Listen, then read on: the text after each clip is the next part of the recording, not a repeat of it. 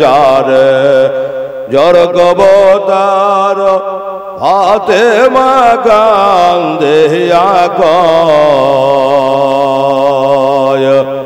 ওরে যারে জর কবতার ফাতেমা কান্দে কয়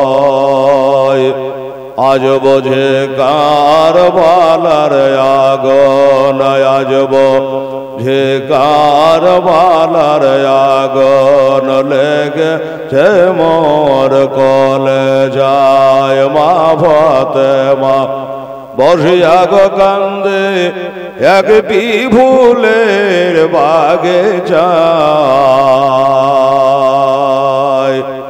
নরের ফেরেশতা দিচ্ছেন বাতাস নরের ফেরেশতা দিচ্ছেন বাতাস মা ফাতেমার জায়গায় লেগেছে আগুন কারবালার গো বাতাসে কি তা ঠান্ডা হয় আজ বোঝে কারবালার আগুন লেগেছে মোর কলে যায় যাও রে গোড়া দাও রে খবর আমার আম্মা যেন আজ শোনে না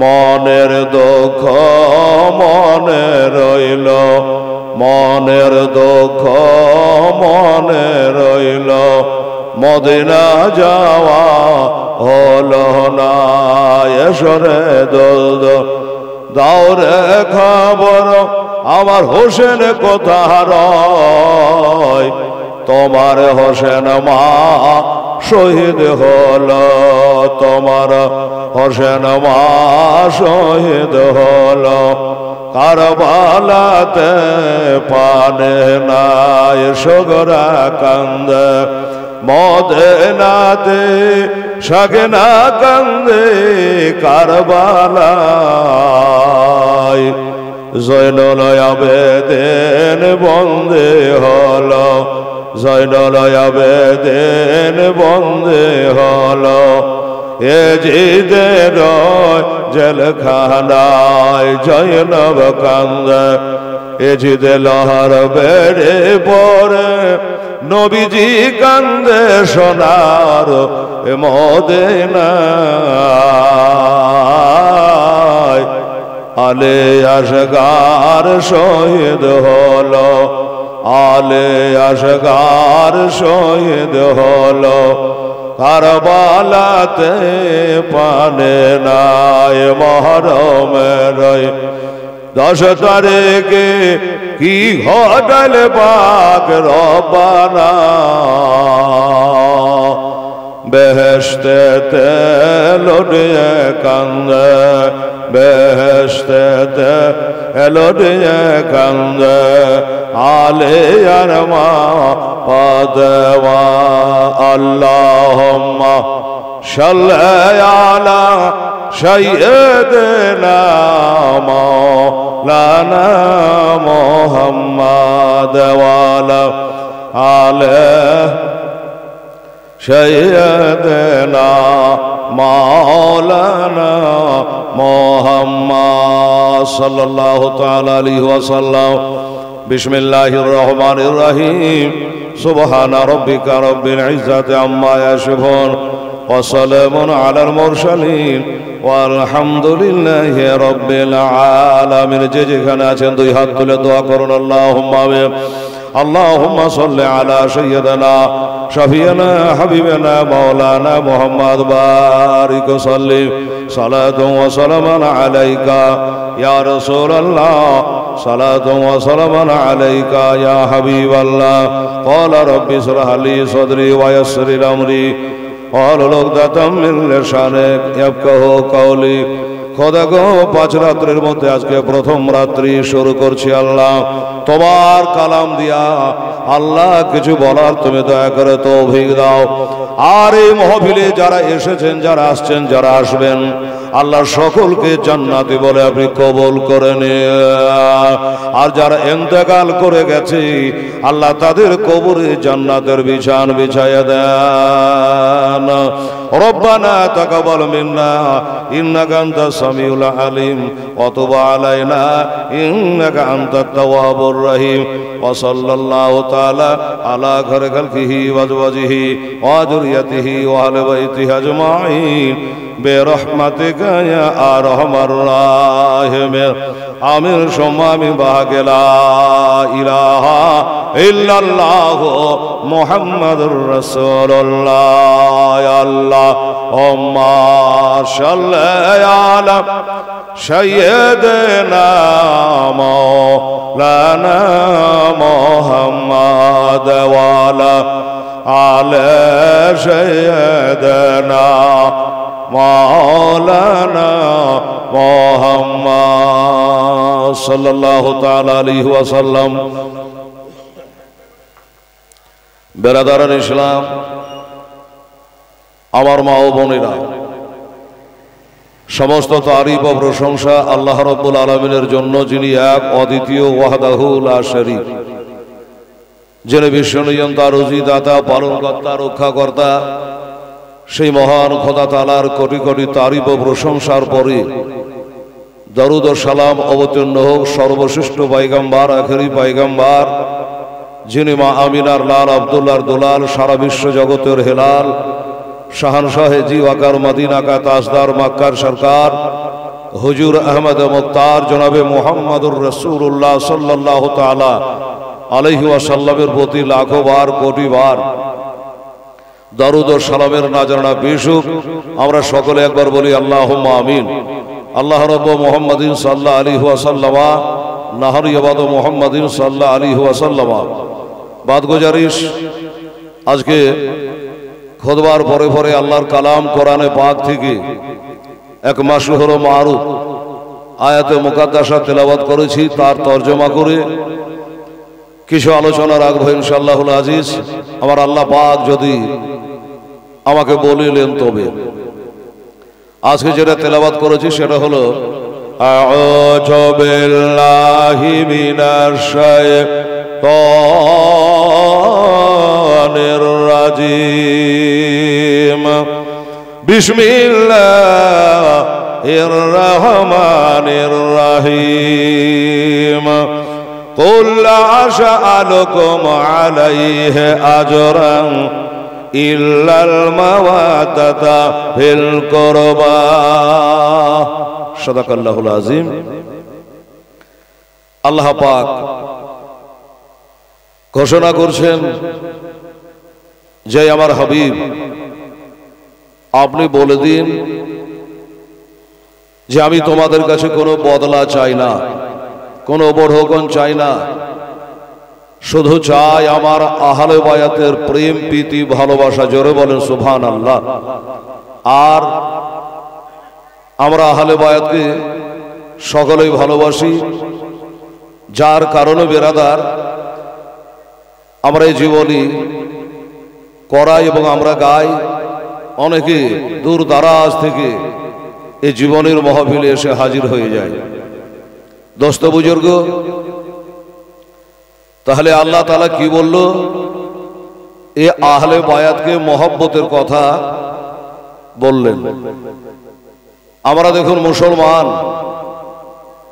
5 ওয়াক্ত নামাজ অনেকেই আমরা পড়ি। এই নামাজের মধ্যেও আমরা বলি, নবীকে সালাম দেওয়ার পরে আমরা বলি আল্লাহুম্মা সাল্লি আলা মুহাম্মাদিন ওয়া আলা আলি মুহাম্মাদিন। এই নবীর আল আওলাদকে না টানলে বাবা আমাদের নামাজ হচ্ছে না। কাজে ভালোবাসতেই হবে। আর এ আহলে বায়াত কবেকার? খুতবাতে হাশমি বলে একটা বই আছে, এই কিতাবের মধ্যে লিখেছে যে বাবা আদম আলাইহিস সালামকে একবার জিবরাইল আলাইহিস সালাম নিয়ে গেলেন ভবনে। যাচ্ছেন তো একজন সুন্দরী মহিলা বসে আছে। মাথায় একটা নুরানি তাজ আছে,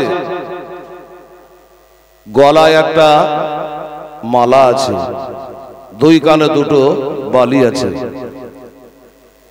তা হযরত আদম আলাইহিস সালাম জিজ্ঞাসা করছেন যে জিবরিল এটা কি? বলেন আবিগো এটার সঙ্গে পরিচয় করাবার জন্যই আপনাকে আজ এনেছি। হে আল্লাহর পয়গম্বর, মাথায় যেটা তাজ দেখতে পাচ্ছেন এটাই হলো আখেরি জামানার পয়গম্বর। জোরে বলেন সুবহানাল্লাহ। এটাই হলো আখেরি পয়গম্বর। আর গলায় যেটা মালা দেখতে পাচ্ছেন সেটাই হলো আল্লাহর ওলি হযরত আলী রাদিয়াল্লাহু তাআলা আনহু। আর দুই কানে দুটা বালি দেখছেন, ডান দিকটা হলো ইমাম হাসান রাদিয়াল্লাহু তাআলা আনহু, আর বাম দিকে যেটা দেখছেন এটা হলো হযরত ইমাম হুসাইন রাদিয়াল্লাহু তাআলা আনহু। বলে ও জিবরাইল সবই তো জানতে পারলাম, কিন্তু যিনি বসে আছেন উনি কে? যিনি বসে আছেন উনি কে? বলে এবার দেখে নেন, আপনি বলছিলেন আমার বিবি হাওয়ার থেকে সুন্দরী আর জগতে কেউ নাই। ইনি হলো হযরতে খাতুনে জান্নাত, এটাই হলো নবীর পিয়ারি বেটি, লাডলি বেটি। ইনি হলো জান্নাতে নারীদের সর্দারিনী। ইনি হলো হযরতে ফাতেমাতুজ জাহরা রাদিয়াল্লাহু তাআলা আনহা। কি বুঝা গেল? ইনারা কবেকার বেরাদারান ইসলাম। এই বাবা, যাদের জীবনী চালু করতে যাচ্ছে বাবা আজকে প্রথম রাত্রে, যাদের বাবার মতো বাবা নাই, মায়ের মতো মা নাই, নানার মতো নানা নাই, নানির মতো নানি নাই, বাবারা এই তাদের সঙ্গে দুনিয়ার কারো তুলনা চলবে না। যেনাদের নানা হলো বিশ্ব নবী মুস্তাফা সাল্লাল্লাহু আলাইহি ওয়াসাল্লাম। আমি জানি বাবা আমাদের নানা কারো কবি হতে পারে, আর যাদের জীবনের আয়োজন আপনারা করেছে ইনাদের নানা হলো বিশ্ব নবী। তাহলে তাদের সঙ্গে মেশাল উদাহরণ দেওয়া যাবে না। আমার ভাইয়েরা বাবারা, জিনার বাবা হলো আল্লাহর ওলি, মারিফাতের ভান্ডার। নবী বলেছেন আনা মাদিনাতুল ইলমি ওয়ালিউন বাবাহা, আনা দারুল হিকমাত আলিউন বাবাহা। আমি হলাম ইলমের শহর আর আলী হলো তার দরজা। আমার আল্লাহ তাআলা ইরশাদ করে পবিত্র কোরআনে, ওলিদের ডর নাই দোনো জাহান। একটু জোরে বলো সুবহানাল্লাহ, আলহামদুলিল্লাহ। আমার আল্লাহ তাআলা ইরশাদ করে পবিত্র কোরআনে, আরে ওলিদের ডর নাই দোনো জাহান, দোনো জাহান। আল্লাহর ইয়া প্রিয় বন্ধু ওই আজমিরি ওলি তাশরীফ আনিলেন যখন এ ভারত গলে, এ ভারত গলে। ওয়াজানা ভারতের লোক, ওয়াজানা ভারতের লোক, জানে না কোনটা পথ সোজা, সোজা পথ দেখাইল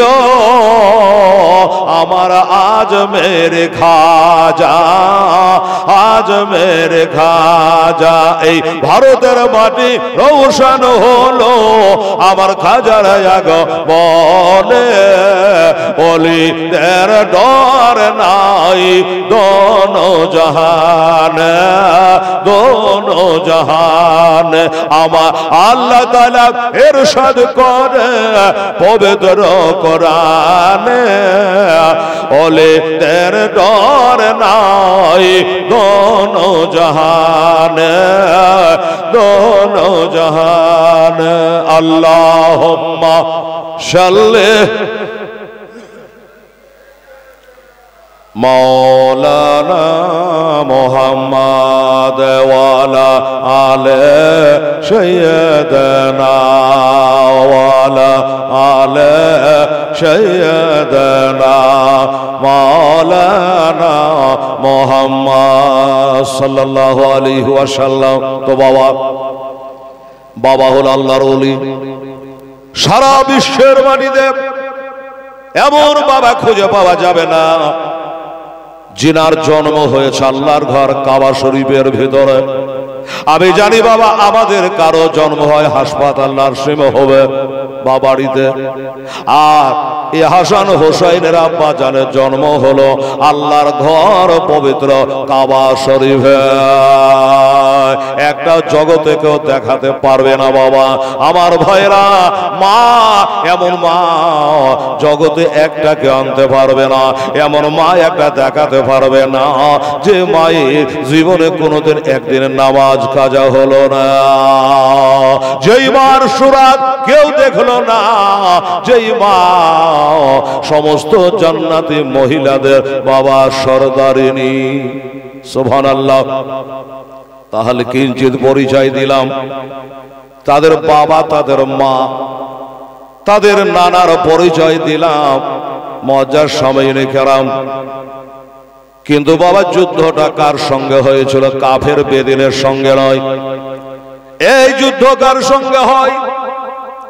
মজার সাময়িন এই যুদ্ধটা কোন কাফের বেদিনের সঙ্গে নাই, একজন সাহাবীর বেটা বাবা যিনি হযরতে আমিরে মুআবিয়া রাদিয়াল্লাহু তাআলা আনহু, ইজিদের বাবা হযরতে আমিরে মুআবিয়া রাদিয়াল্লাহু তাআলা আনহু, আর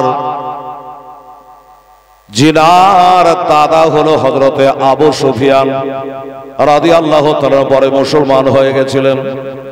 আর দাদি হলো বাবা হযরতে হিন্দা রাদিয়াল্লাহু তাআলা আনহা, যিনি পরে মুসলিমা হয়ে গেছিলেন। কে জানি চিনতে পারলেন কিনা জানি না কোন হিন্দা? যেই হিন্দা উহুদের প্রান্তরে সাইয়্যিদুশ শুহাদা আমার নবীর চাচা হযরতে আমির হামজা রাদিয়াল্লাহু তাআলা বুকটাকে চিরি কলেজা বার করে বাবা চিবিয়েছিল, নাক কান কেটে গলার হার করেছিল রে বাবা। আল্লাহ আল্লাহ, পরে অবশ্য মুসলমান হয়ে গেছে। আপনাদের চিনহাবার জন্য খালি একটু পরিচয় দিলাম। দেখেন এই যুদ্ধটা কি কারণে হলো অনেকে এখনো বুঝতে পারে না, এখনো জানে না। দেখুন হযরতে আমির মুআবিয়া রাদিয়াল্লাহু তাআলা আনহুর ছেলে হলো ইয়াজিদ, আর এই হযরতে আমির মুআবিয়া তিনি হলো একজন জান্নাতি সাহাবী। মা বোনেরা গো, আজকে প্রথম রাত্রে একটু বসতে অসুবিধা হতে পারে। এই যে কোরআন শরীফ নাজেল হয়েছে, এই কোরআন শরীফ কাতেবে ওহী ছিল 13 জনা। এই 13 জনের মধ্যে ইনি হলেন একজনা। তাহলে কত বড় সাহাবী এবার বুঝেন আমার ভাইয়েরা বাবারা।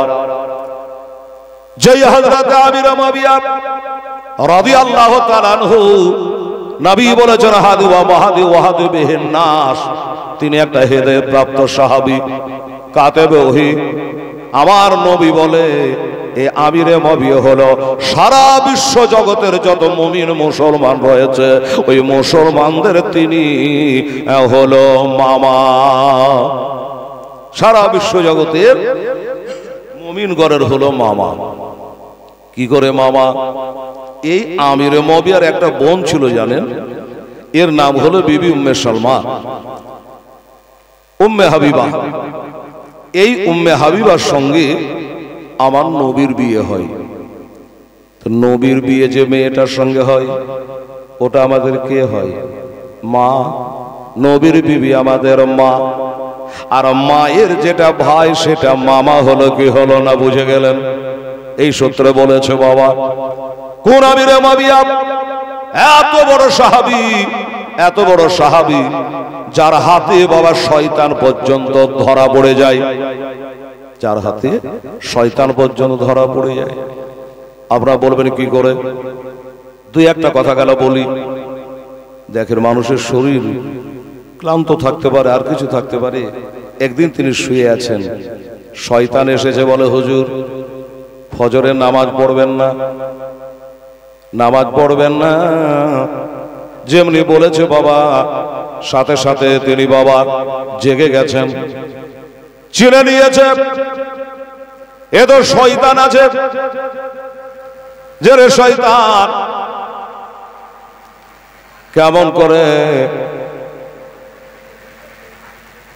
ওই শয়তান আজাজিল বলে, হুজুর আমার কাজ হলো নামাজ কাজা করিয়ে দেওয়া, ঠিক আছে, আমার কাজ হলো গুনহার কাজ করিয়ে দেওয়া, কিন্তু আজকে যে আপনাকে ডাকলাম তার একটা কারণ হলো এটাই, সেটা হলো একবার দরুদে পাক আল্লাহুম্মা সাল্লি আলা সাইয়্যিদ। তো জিজ্ঞাসা করছে, শয়তান তোর কাজ তো ঝগড়া লাগিয়ে দেওয়া, নামাজ কাজা করিয়ে দেওয়া, আজকে ডাকলি কোন মতলবে, কি উদ্দেশ্যে? শয়তান বলে, হুজুর আজকে আপনাকে নামাজ পড়তে ডাকলাম, এটাও কিন্তু আমি ভালো কাজ করি নাই। আমি দাঁড়িয়ে দাঁড়িয়ে 10 মিনিট চিন্তা ভাবনা করলাম, আজ যদি হুজুরের নামাজ কাজা হয়ে যায়, একজন কাতেবে ওহী কোরআন লেখা ব্যক্তি, তার যদি নামাজ কাজা হয়ে যায়, একবার উহু শব্দ করবে, আর ওই উহু শব্দ করতে গেলে আমার আল্লাহ 2-এর বদলে 200 রাকাতের নামাজের নেকি আপনাকে দিয়ে দেবে।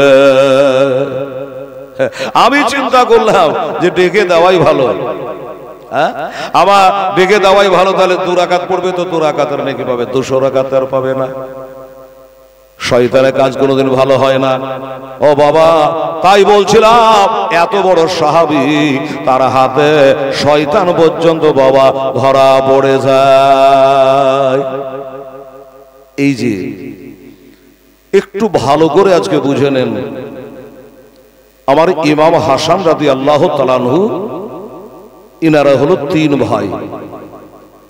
মা খাতুনে জান্নাতের টোটাল সন্তান হলো 6টা, 3টা বেটা 3টা বেটি।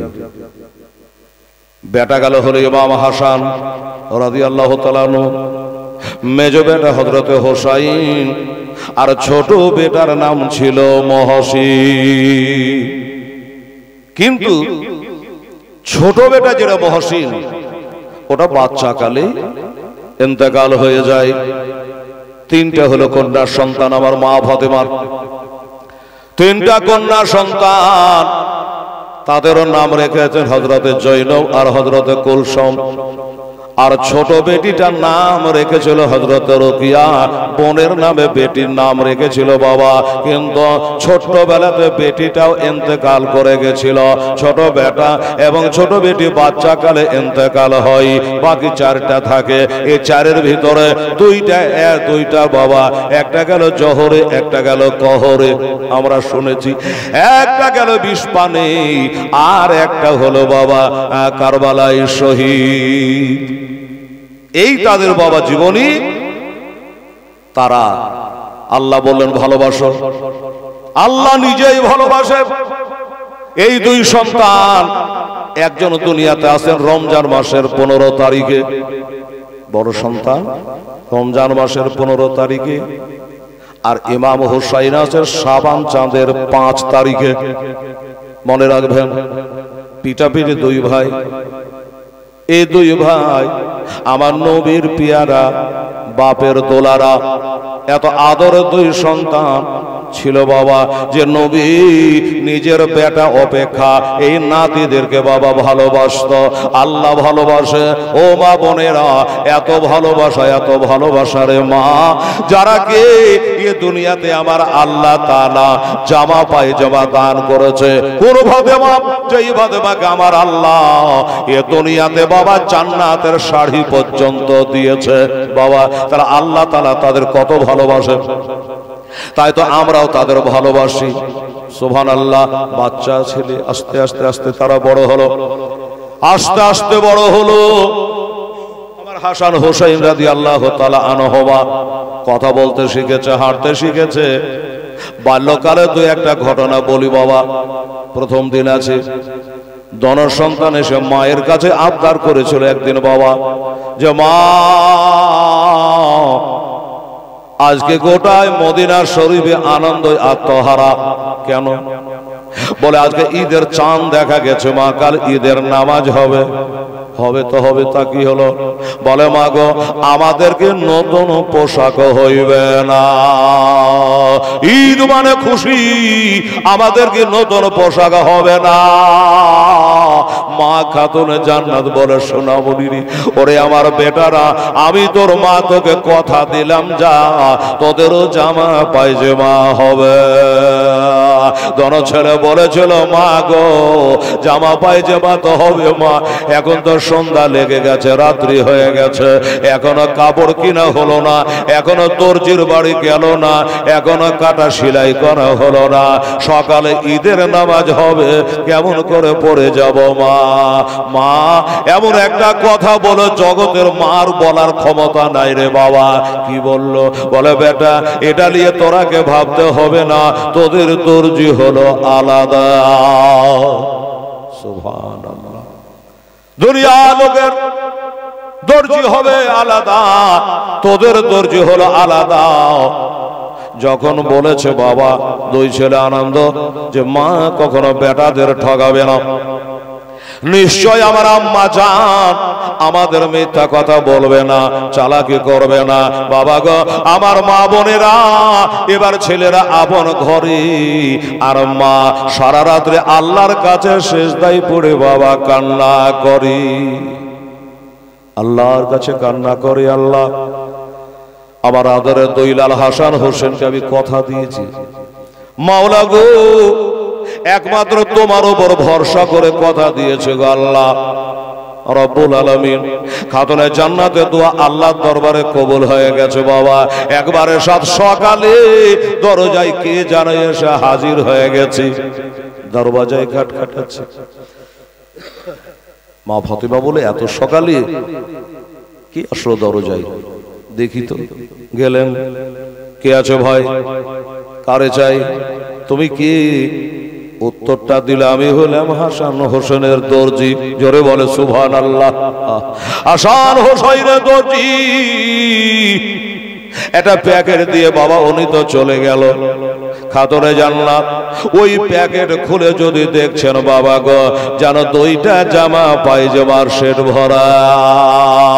জামিউল মুজাহিদ কিতাবের মধ্যে লিখেছে ওই জামা পায়জামাটা একবারে কাফনের মতো সাদা ধবধবে। আমার নবী সাদাকে বেশি ভালোবাসতো, বাবারে সাদা পোশাক এসে গেছে। মা ডাকছে, বেটা হাসান হোসেন কইরে আমার বেটা আয়। তোরা না বলেছিলি মায়ের কাছে আবদার করেছিলি, আমি না তোদের মা, ব্যবস্থা হয়ে গেছে আয়। প্যাকেট খুলে জামা পায়জামা দিচ্ছে, জামা পায়জামাগুলা দেখছেন খালি কিন্তু পড়ছে না। মা বলে বেটা রে কি হলো পর, কোথায় পেলাম, কে দিল, তোদের জানার দরকার নাই রে বেটা, আমি তোদের মা, আমি ওয়াদা করেছিলাম, ওয়াদা পালন করেছি। একবার জামা পায়জামা পরেলে মুখের কথা জবানে জারি, আমার দিনের নবী মোস্তাফা সাল্লাল্লাহু আলাইহি সাল্লাম এসে হাজির। নবী এসে হাজির বলছে চলো জামা পায়জামার ব্যবস্থা হয়েছে। নবী তো জানেন যেটা কোথা থেকে এসেছে। বলে ভাই তোমরা পড়ে নাও। ঈদের নামাজ কাজা হলে আদায় হয় না, জুমার নামাজ ছুটে গেলে আর আদায় হয় না, জোহর পড়তে হয়, জানাজা ছুটে গেলে আর পড়া হয় না। তাই তাড়াতাড়ি করে পড়ে না, ওযু করে নাও, চলো ওই ঈদগাহের মাঠে নামাজ আদায়ের জন্য। আজ তোমরাকে না লইয়া আমি নবী যাব না। বাবারা আমার মা বোনেরা দোনো ভাই এখনো পড়ছে না। বলে ব্যাপারটা কি তোদের ভাই পড়ো না কেন? বলে না না গো জামা পায়জামাটা ভালো, কিন্তু কালার চয়েস আমাদের হচ্ছে না। কি কালার নিবি তোর মাকে কেন বলিস নাই? বলে আমরাও বলি নাই, এই যে কালার এসছে সাদা ধবধবে কাফনের মতো, এই কালার আমাদের চয়েস না। বললো কি কালার নিবি বল? এখন খাতুনে জান্নাত চিন্তা করছে আল্লাহ, এখন যদি একটা কালারের নাম বলে তাহলে এই কালারই বা এখন হবে কি করে, আর ঈদের নামাজে যাবে কি করে? এবার হাসান বলেছিল যে নানা গো আমি কিন্তু সবুজ কালারে চাই। আচ্ছা আচ্ছা হোসেন তুই কোনটা নিবি বল? বলে না না গো, আমি কিন্তু লাল রঙের চাই। খাতুনে জান্নাতের চোখ দিয়া ঝরঝর করে পানি ঝরে যাচ্ছে বাবা। এখন সবুজ আর লাল কি করে করা যায়? আমার নবী বলে মা, আমি যেখান করে হাজির হয়ে গেছে, তোমার আর কোনো টেনশনের কারণ নাই, তোমার আর কোনো চিন্তার কারণ নাই। এই বেটি ফাতেমা, তাড়াতাড়ি করে যা মা, একটু লোটাই পানি নিয়ে চলে আয়, তাড়াতাড়ি করে লোটাই পানি নিয়ে আয়। একটু পানি এনে দেওয়া হলো। পানি এনে দিয়ে ওই পানি একটু নিয়ে একটাতে ছিটালেন।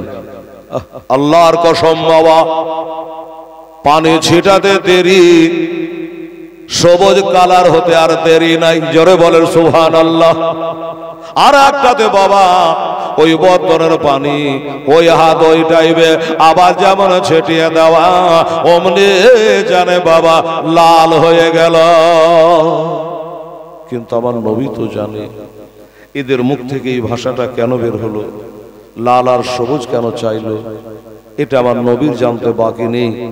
আয় ভাই, আমার ইমাম হাসান 20 পানের সবুজ হয়ে যাবে, আর আমার হোসেন কারবালাতে রক্তে লালে লাল হয়ে যাবে। যে কারবালায় শহীদ হবে হোসেন, ওই জায়গার এক মুষ্টি মাটি এনে নবীকে দেওয়া হয়েছিল বাবা।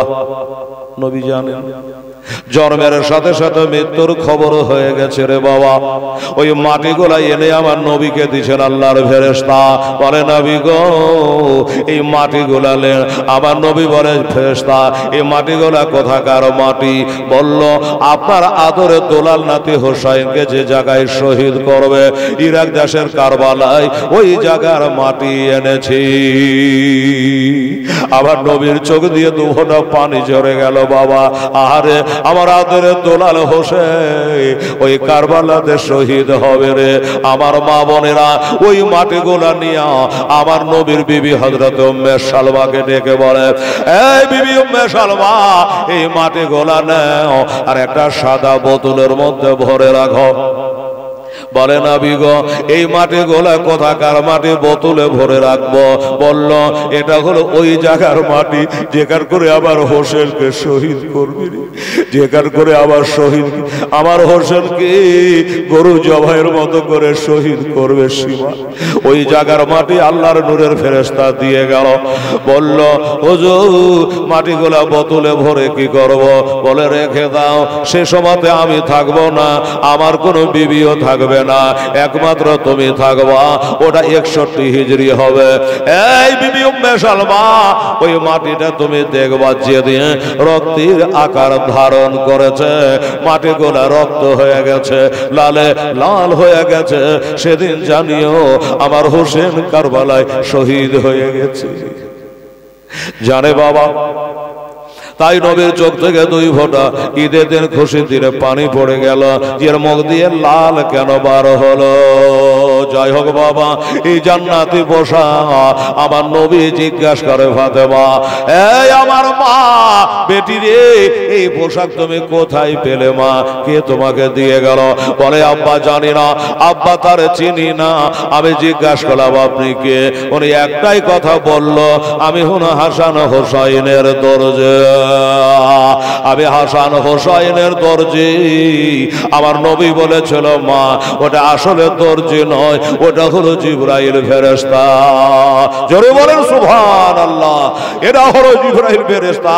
ওরে মা, এটা জান্নাত থেকে তোর কান্নায়, তোর সেজদা আল্লাহ কবুল করে নিয়েছে, তাই জান্নাতের জামা পায়জামা দিয়ে গেছে মা। সুবহানাল্লাহ। 2 ভাইকে পরিয়ে নিয়ে বাবা এবার ঈদগাহের মাঠে যাবে। মা, আমি তোর 2 ছেলেকে নিয়ে আজকে ঈদের ময়দানে যাব। তারা জান্নাতি নওজওয়ানদের সর্দার, আর জান্নাতের পোশাক পরে দুনিয়াতে আজ তারা ঈদের নামাজ পড়বে।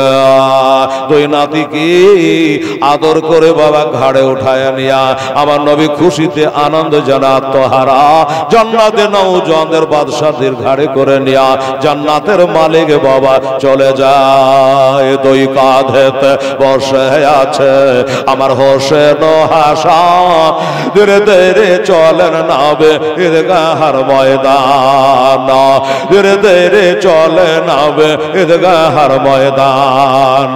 কাল সকালে ঈদের নামাজ হবে মা জননী, এখনো কি নতুন বসা কেনা মোদের হয়নি? একবার জোরে সুবহানাল্লাহ মারহাবা। কাল সকালে ঈদের নামাজ হবে মা জননী, এখনো কি নতুন বসা কেনা মোদের হয়নি? জান্নাত রানে মা ফাতেমা, জান্নাত রানে মা ফাতেমা করোনা বয়ান, ধীরে ধীরে চলেন নাবে ঈদগাহর ময়দান। দুই কাঁধেতে বসে আছে আমার হোসেন হাসান, ধীরে ধীরে চলে নাবে ঈদগাহর ময়দান। পিতায় আমার শেরে খোদা মাতা জান্নাত রানী, পিতায় আমার শেরে খোদা মাতা জান্নাত রানী, নানায় আমার কামলে বালা ও যে মাকে মাদানে, লটিতে পারিবি না সার মচিতে পারিবি না সার এ জিদ মারওয়ান, ধীরে ধীরে চলেন নাবে ঈদগাহর ময়দান। দুই কাঁধেতে বসে আছে আমার হোসেন হাসান, ধীরে ধীরে চলে নাবে ঈদগাহর ময়দান। বন্ধ করে ফোরাত নদী মিটবে কি মনের আশা, 3 দিন কেন 7 দিন ধরে রইবে তারা পেয়াসা। কারবালাতে শহীদ হয়ে, কারবালাতে শহীদ হয়ে বাঁচাবো ঈমান, ধীরে ধীরে চলে নাবে ঈদগাহর ময়দান, ধীরে ধীরে চলে নাবে ঈদগাহর ময়দান। দুই কাঁধেতে বসে আছে আমার হোসেন হাসান, ধীরে ধীরে চলে নাবে ঈদগাহর ময়দান। আল্লাহুম্মা সাল্লি আলা সাইয়্যিদিনা মাওলানা মুহাম্মদ ওয়া আলা আলি সাইয়্যিদিনা মাওলানা মুহাম্মদ সাল্লাল্লাহু আলাইহি। বাবা কিছু বুঝা গেল রে বাবা? যাদের জীবনী আমার আল্লাহ তাআলা তাদের কত ভালোবাসে, এ দুনিয়াতে মাগো দিয়েছে এবং ছেলেদেরকে জান্নাতের জামা পায়জামা দিয়েছে, তাদের জীবনী বাবা আলোচনা। আমার আল্লাহ বলে ওই দুইজনের মান ও সম্মান আমার কাছে কিন্তু সমান।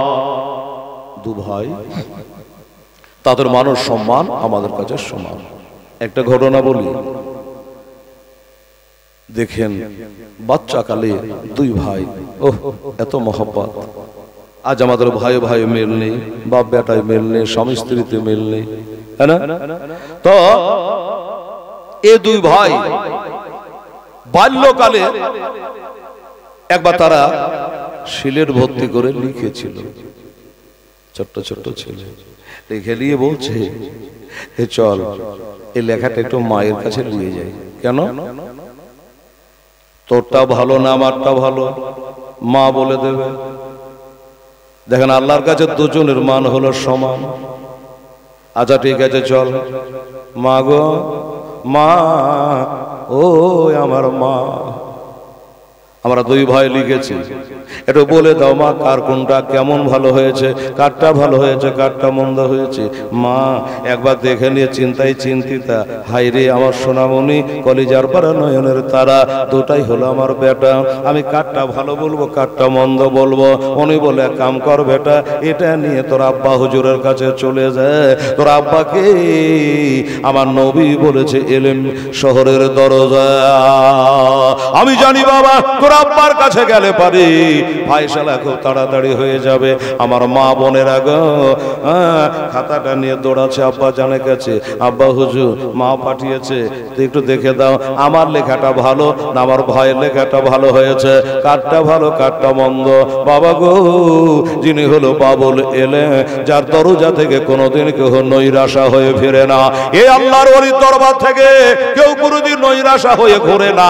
কঠিন থেকে কঠিনতম যদি বিচার চলে এসেছে বাবা, আমার হযরত আলী একটা মিনিটে বিচারটা করে বিদায় করে দিয়েছে, 1 মিনিটের মধ্যে বিচার করে দিয়েছে। এত কঠিন কঠিন বিচার তিনি করেছেন আমার হযরত আলী।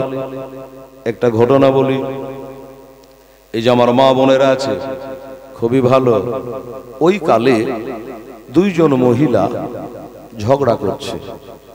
কি নিয়ে ঝগড়া? একটা হলো সন্তান, পুত্র সন্তান, দুটো হলো মা।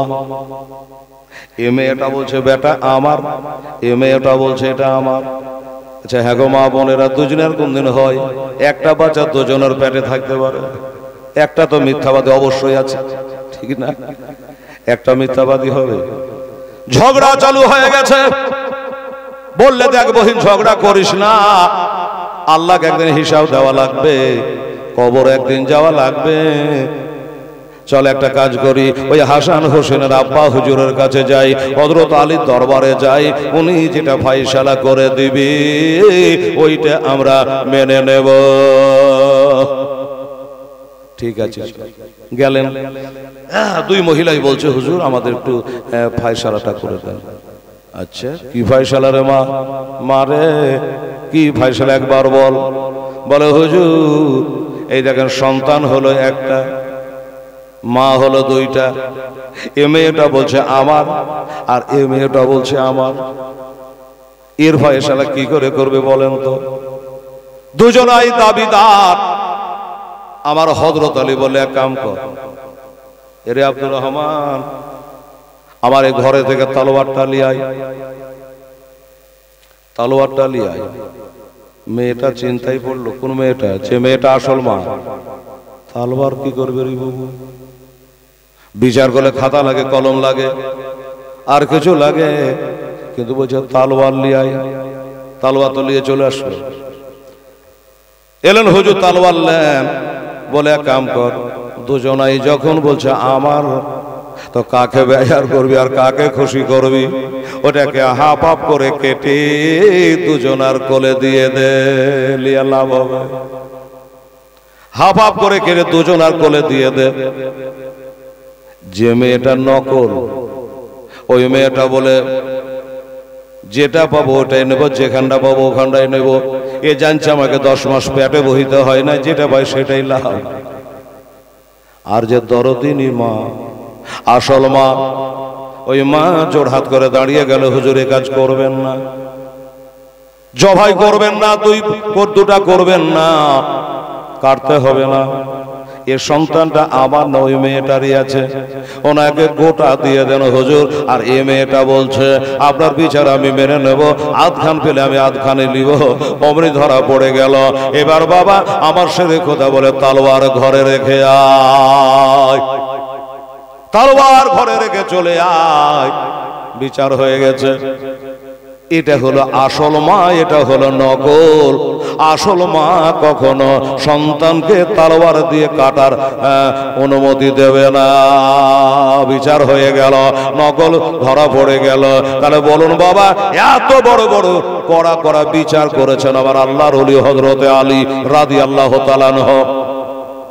কিন্তু আজকে নিজের বেটার কাছে 2 বেটার বিচার আর করছেন না, পারছেন না। ওটা নয়, চিন্তা করে আল্লাহ আমি যদি বলি হাসান রে তোর লেখাটা খুবই সুন্দর হয়েছে, হোসেন কাঁদবে।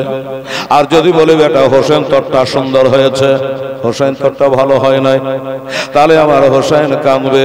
আল্লাহ এই কারণে তার মা আমার কাছে পাঠিয়েছে, বুঝেছি। উনি বলে বাবা এক কাম কর, এটাকে নিয়া তোর নানা জানের কাছে চলে যা, এর ফায়সালা তোর নানা দিয়ে দেবে। নানার কাছে যা, 2 নাতি হাসান হোসেন দৌড়াতে দৌড়াতে নানা জানের কাছে চলে গেছে। বাবা, নানা গো, ও নানা, বুকে ঢুকে গেছে। নানা গো, আমরা দুই ভাই, আপনার দুই নাতি, আমরা দেখুন সিলেট ভরে লিখেছি, কাঠটা মন্দ কাঠটা ভালো, এটা দয়া করে আপনি ফয়সালা করে দে। মার কাছে গেলাম, মা বাবার কাছে পাঠাইলো, বাবার কাছে গেলাম, বাবা তোমার কাছে পাঠাইলো। নানা গো, তাড়াতাড়ি ফয়সালা করে দে। আমার নবীও চিন্তায় পড়েছে, আল্লাহ আমার বিটি জামাই তাদের বেটাদের দুঃখ দেবে না, তাই ফয়সালা তারা দেয় নাই। আমিও তো আমার নাতিদের কলিজার থেকে বেশি ভালোবাসি, এত মোহাব্বত করি। এখন যদি বলি তোরটা ভালো হয়েছে হাসবে, তোরটা মন্দ হয়েছে কাঁদবে। আমি সব সইতে পারি খোদা গো, আমার নাতিদের কান্না সইতে পারি না। ও নাতি রে, তোদের ফয়সালা আমি দেব না, তোদের ফয়সালা দিবেন খোদা আল্লাহ তাআলা। আল্লাহ তাআলা দিবে। আল্লাহ বলছে, জিবরিল জান্নাত থেকে 7টা মতির দানা নে, আর এই 7টা মতির দানা নিয়ে 2 সিলেটের উপর ছেড়ে দে। যার সিলেটে পড়বে 4টা, তারটা ভালো, আর যার সিলেটে পড়বে 3টা, তারটা মন্দ। ফয়সালা হয়ে যাবে, আর দৌড়াদৌড়ি কোনো কারবার নেই।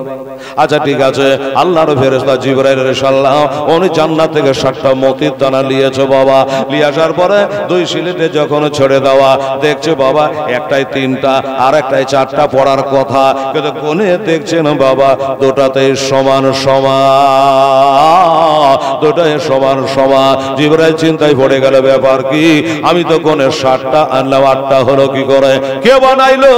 আমার আল্লাহ বলে, জিবরিল তুমি 7টা নিয়ে গেছো, আমি আল্লাহ 8টা বানিয়ে দিয়েছি।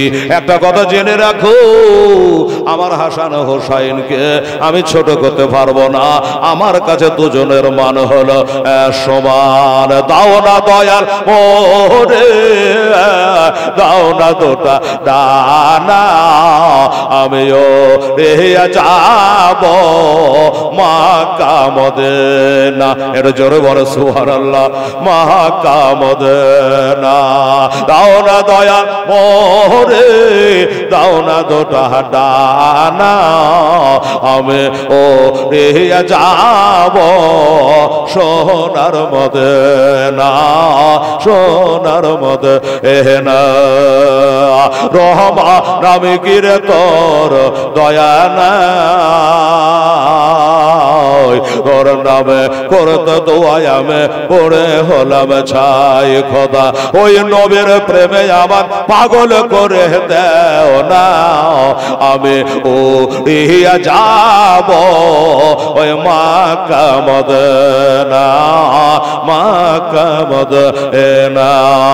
আল্লাহুম্মা সাল্লি আলা সাইয়্যিদিনা মাওলানা মুহাম্মদ ওয়া আলা আলি সাইয়্যিদিনা ওয়া আলা আলি সাইয়্যিদিনা মাওলানা মুহাম্মদ সাল্লাল্লাহু আলাইহি ওয়াসাল্লাম। যাহু বাবা, এই 2 ভাই ইমাম হাসান রাদিয়াল্লাহু তাআলা আনহুকে বাল্যকালে আমার দয়ার নবী মায়ার নবী একটা কথা বলেছিলেন যে আমার এই নাতি মুসলমানদের মধ্যে একটা সন্ধি করবে, ফয়সালা দেবে। কিরকম ফয়সালা দেবে, এ কি নিয়ে গন্ডগোল শুনে নেন ভালো করে।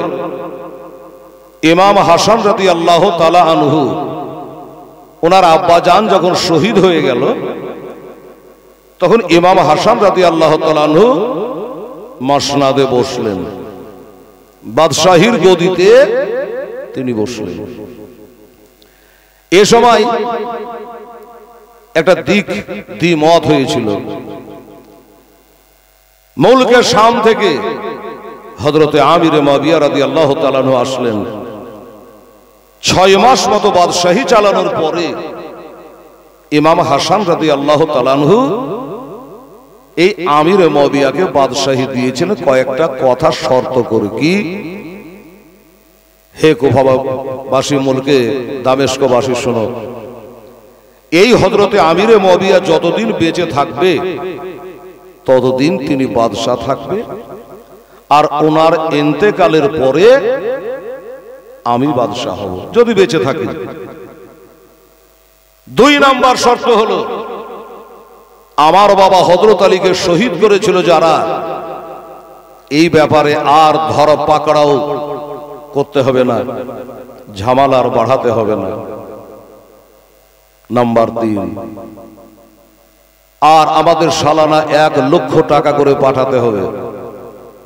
হযরতে আমির মুআবিয়া রাদিয়াল্লাহু তাআলা আনহু সমস্ত শর্তবলীগুলো মেনে নিয়েছিলেন, আর উনি গদিতে বসলেন।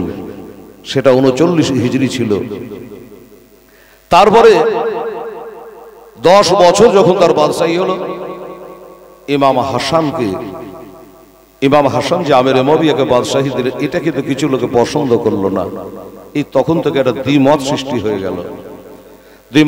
হয়ে গেল, কেউ প্রকাশ্যে, কেউ গুপ্তভাবে। এইভাবে থাকতে থাকতে দুশ্মনী করে ইনাকে 5 বার বিষ দেওয়া হয়েছিল। আজকে এটা বলে শেষ করব। 5 বার বিষ দিয়েছিল। মায়েরারে কখনো খেজুরের সঙ্গে, কখনো মধুর সঙ্গে, কখনো খাবারের সঙ্গে, এমনি করে 5 বার বিষ দিয়েছিল বাবা। 5 বার বিষ দেয়, আর ওই বিষ পানে যখন কলিজা জ্বলে যায় বাবা, আমার মা বোনেরা, ইমাম হাসান রাদিয়াল্লাহু তাআলা নানা জানের রওজা পাকে বাবা কাঁদতে কাঁদতে চলে যায় আমার নবীর কবরের কাছে গিয়ে, রওজায়ে পাকের কাছে গিয়ে বাবা, যে রওজাতে ৭০,০০০ করে আল্লাহর নূরের ফেরেশতা ডেলি আসে, সকালে ৭০,০০০ আসে, আবার বৈকালে নতুন করে ৭০,০০০ ফেরেশতা আসে বাবা। আর দোস্ত রে, যেখান করে বছরে বাবা এবার 18 লক্ষ হাজি গিয়েছিল 2024 সালে, আর আমরা 23 সালে গেছিলাম 40 লক্ষ হাজি ওই নবীর রওজাতে সালাম করেছে। ওই নবীর রওজা পাকে গিয়ে যখন বাবা দোয়া করে, আমার নবীর রওজার মাটি মাখে, তখন ওই বিষ জানে বাবা পানি হয়ে যায়। জোরে বলে সুবহানাল্লাহ। নবীর রওজা এমন একটা জায়গা, ওই রওজার মাটি মেখে বাবা বিষ যেন পানি হয়ে যায়, বিষে কোনো কাজ হয় না। এমনি করে বারবার করে বিষ দেওয়া হয়েছিল। মারওয়ানের আপনারা নাম শুনেছেন। এই মারওয়ান একটা চক্রান্ত চলেছিল বাবা, খুব জটিল কাহিনী, একটু কান করে শুনবেন। এই মারওয়ান বাবা হাসান হোসেনের দুশমন ছিল বাবা। এই মারওয়ান ছদ্মবেশে হাজির পোশাক পরে এসে বলল, শোনো ওগো ইমাম হাসান রাদিয়াল্লাহু তাআলা আনহু, একটা কথা বলি, আপনাকে বারবার করে বিষ দেওয়া হচ্ছে, আর নবীর রওজা পাকে যাচ্ছে, আর আপনার ওই বিষ পানি হয়ে যাচ্ছে, কিন্তু আমাকে ভয় লাগে হয়তো কোনো সময় কড়া বিষ দিয়ে দেবে, আর হয়তো বা আপনি তখন শহীদ হয়ে যাবেন। তাছাড়া একটা কাজ করলে কেমন হয়? বলল কি কাজ? ছদ্মবেশী বলে, আপনার নানার ভক্ত মরিত সব দেশে আছে, আপনি কোন দেশে এখান থেকে চলে একটু গা ঢাকা দেন, জানে আর আপনাকে বিষ দিতে না পারে। আরে দুষ্ট লোকের মিষ্টি কথা, ভালো লোকের ভালো ধারণা বাবা। ইমাম হাসান রাদিয়াল্লাহু তাআলা আনহু চিন্তা করলেন, কথাটা তো মন্দ বলে নাই, বারবার করে আমাকে বিষ দেওয়া হচ্ছে, আর আমার নানা রওজা পাকে যাচ্ছে বিষটা পানি হয়ে যাচ্ছে, হতে পারে এমন বিষ দেবে হয়তো নানা রওজা পাকে যেতে পারবো না। পিটাপিটি ভাই হোসেনকে বলে, হোসেন রে, আমি কিছু দিনের মতো একটু বাইরে যাব। বড় ভাইকে বাধা দিতে কি আর পারে? চলে গেলেন কোথায়? মশালনগর বলে একটা জায়গা আছে, ওই মশালনগরে আমার ইমাম হাসান রাদিয়াল্লাহু তাআলা আনহু বাবা গেলে, ওইখানে যাওয়ার পরে ওইখানকার জনগণ দেখে বাবা আত্মহারা, যাহারে আমার নবী মুস্তাফার নাতে, এরাকে ভালোবাসার কথা কোরআন পাকে আল্লাহ বলেছে, আমার নবী কত ভালোবেসেছে, নামাজের মধ্যে যাদের খাতির করেছে, সেই ইমাম হাসান চলে এসেছে। হাজার হাজার মানুষ তার পিছে বাবা ইক্তেদা করে নামাজ পড়ে রে বাবা। সবাই ভালোবাসা দিতে লাগলো। এবার মারওয়ানের চক্রান্ত বাবা ওই জায়গাতে ওইখান করে জানো আবার একটা দুশমন লাগিয়ে দিয়েছে আমার ইমাম হাসানকে মার্ডার করার জন্য, শহীদ করার জন্য। বাবা মারওয়ানের চক্রান্ত এখানে থাকলে বিষ দিচ্ছে, নবীর রওজাতে চলে যেছে, কাজ হচ্ছে না, অত দূর থেকে এসে পৌঁছাতে পারবে না, কাজে শহীদ হয়ে যাবে। ও বাবারা মায়েরা, ওইভাবে ওইখানে থাকতে থাকতে থাকতে থাকতে বাবা ওই দুশমনটা যে আমার হুজুরকে মারার চিন্তা ভাবনা করেছি, দুশমনি করার চিন্তা ভাবনা করেছে, কিন্তু সুযোগ পায় না। সব সময় বাবা 200-500 করে লোক ওনার সাথে সাথে ঘুরে। আমাদের পীর কেবলা সাহেব যদি এখানে চলে আসে, আপনারা বলুন পীর সাহেবের সঙ্গে 10টা-20টা 100 লোক থাকে কি থাকে না? থাকে, সব সময় থাকে। তার একটা পীর সাহেবের পিছে যদি 20-25টা 50টা লোক থাকে গো, আমার ইমাম হাসান রাদিয়াল্লাহু তাআলা পিছে কতটি লোক থাকবে বলে। এবার ওই লোকের কারণে ওনাকে মারতে পারে না বাবা, এবার মারতে পারে না। এবার চিন্তা ভাবনা করলো, কি চিন্তা ভাবনা, যে এরা যে নামাজ পড়ছে আমাকেও নামাজ ধরা লাগবে, ওই মসজিদে যাওয়া আসা করা লাগবে। ওই মসজিদে যাওয়া আসা করলে আমাকে কেউ সন্দেহ করবে না, আর এইভাবে যেদিন সুযোগ পেয়ে যাব সেদিন তাকে মার্ডার করে দেব। বাবারা আমার মা বোনেরা, এইভাবে যেতে যেতে যেতে যেতে একদিন বাবা এই দুশমনটা ভিতরে তার জালি ভরা আছে, অস্ত্র ভরা আছে। আমার ইমাম হাসান রাদিয়াল্লাহু তাআলা আনহুর কাছে গিয়ে 2 হাঁটুতে হাঁটু লাগিয়ে বাবা নামাজের কায়দাতে বসে গেল। জানো বসে গেল, বলে হুজুর আমি একটা গুনাহগার, এত গুনাহ করেছি, এত পাপ করেছি হুজুর, আপনারা হাজার হলো নবীর নাতি গো, শেরে খোদার লাল গো, হুজুর আমাদের তওবা করিয়ে দেন, আমাকে মরিদ করেলে। বাবা ভালো মানুষের ভালো ধারণা, তাকে তওবা তাহির করিয়ে দিল। লোকটা চলে গেল, লোকটা তো চলে গেল, কিন্তু ওই মসজিদে একজন ব্যক্তি বাম পাশে বাবা বসে আছে, আল্লাহ বিল্লাহ করছে। ওনার কাছে গিয়া উনি এসে বলে হুজুর একটা কথা বলবো। ওই লোকটা কি বলছিল আপনার হাঁটুতে হাঁটু লাগিয়ে দিয়ে বসে, কি বলছিল? বলে তা কেমন কিছু বলে নাই, আমার কাছে তওবা তাহির করলো, আমি নবীর নাতি বলে, আমি শেরে খোদার বেটা বলে আমার কাছে তওবা তাহির করলো, বলে জীবনে অনেক গুনাহ করেছি। এই লোকটা বলে হুজুর বেয়াদবি মাফ করবে, ছোট মুখে একটা কথা বলবো। বললো কি? বলে লোকটার তাকানো ভালো লাগছিল না, লোকটার চরিত্র ভালো না, ওই লোকটার বসা ভালো না। আমার মনে সন্দেহ হয় এই লোকটা মারওয়ানের হতে পারে, এই লোকটা আপনার জান নিতে পারে। আমার মনে হয় এটা কোনো ছদ্মবেশী গোয়েন্দা হবে। আমার ইমাম হাসান বলে বাবা মানুষ হয়ে মানুষকে ভালোবাসতে শিখো, মানুষ হয়ে মানুষকে ভালোবাসতে শিখো। একটা অন্যায় কাজ না করলে অন্যায়ের ফতোয়া তাকে দেওয়া যাবে না। উনি অন্যায় করবে তারপর বলা যাবে, এখন তাকে কিছু বলা যাবে না। বলে হুজুর ওই জন্য বেয়াদবি আগা মাপ নিয়েছি হুজুর গো। ওই লোকটার প্রতি আমার বড় সন্দেহ হয়, তার বসা দেখে ওঠা দেখে সন্দেহ হয় এটা আপনার সঙ্গে বেয়াদবি করেছে, যাক এমনি করে থেকে গেল। এইভাবে থাকতে থাকতে থাকতে হঠাৎ করে বাবা একদিন দেখছে মসজিদে যেন কেউ নাই, একাই হুজুর জায়নামাজে বসে আছে, জায়নামাজে বসে আছে, ডান পাটা খাড়া করে আর বাম পাটাকে বিছিয়ে বসে আছে। আর ওই লোকটা, যে লোকটা বলেছিল আমার সন্দেহ হয়, ওই লোকটা মসজিদে একদিকে বসে আছে। বাবারা এ দুশমনটা দেখলো এমন সুযোগ আর কোনোদিন হয়তো মিলবে না। আজকে মসজিদ ফাঁকা হয়ে গেছে, হুজুর একাই বসে আছে। বাবারে তখন আঘাত করে দিল, আঘাত করে দিয়েছে, রক্তে লালে লাল হয়ে গেছে। বাবা ওই লোকটা বলে হুজুর আপনাকে না বললাম আমার যাহার সন্দেহ হয় এটা আপনার দুশমন হবে, এটা আপনার জান নিতে এসেছিল, আমার কথা বিশ্বাস করলেন না। হুজুর তো ব্যথায় কাতর হয়ে গেছে, কিন্তু উনি মনে করলো এই লোকটাকে তেড়ে ধরা লাগবে, একে ধরে আনবো, এই মসজিদে তাকে সাজা দেব। তাড়তে গিয়ে ওর কলা ধরে টানতে টানতে নিয়ে চলে আসলো। আমার ইমাম হাসান রাদিয়াল্লাহু তাআলা কে বলে, হুজুর আমি বলেছিলাম আমার কথাটা আপনি বিশ্বাস করলেন না, আমার কথাটা আপনি মানলেন না। এই দেখেন আপনার ডুপ্লিকেট মুরিদ আপনাকে আঘাত করে পালিয়ে যাচ্ছিল, আমি তাকে তেড়ে ধরে আনলাম। এবার খালি আপনার অর্ডারের অপেক্ষা, একবার যদি খালি অর্ডার দেন এই মসজিদে তাকে আজকে কচু কাটা করব, টুকরা টুকরা করে দেব হুজুর। আরে নবীর নাতির উপর হাত চালিয়েছি, আমার মা ফাতেমাকে কাঁদিয়েছে, আমার আলীকে কাঁদিয়েছে, আমার আল্লাহ যাদের ভালোবাসার কথা বলল তাদের রক্ত ঝরিয়েছে, একে আমি কোনো মতে ছাড়ব না।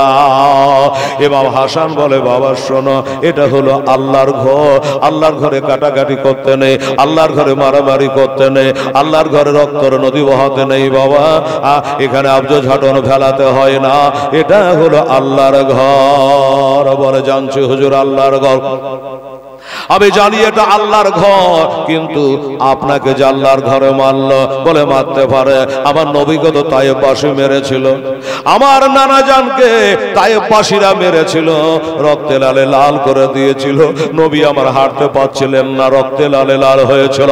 আল্লাহর নূরের ফেরেশতারা এসে বলেছিল, নবী গো, ইয়া রাসূলুল্লাহ, ইয়া হাবিবাল্লাহ, একবার খালি অর্ডার দে ওই তায়েফকে ধ্বংস করে দি। বলল না, যদি ধ্বংস করে দিবা আমি আবাদ করব কোথায়?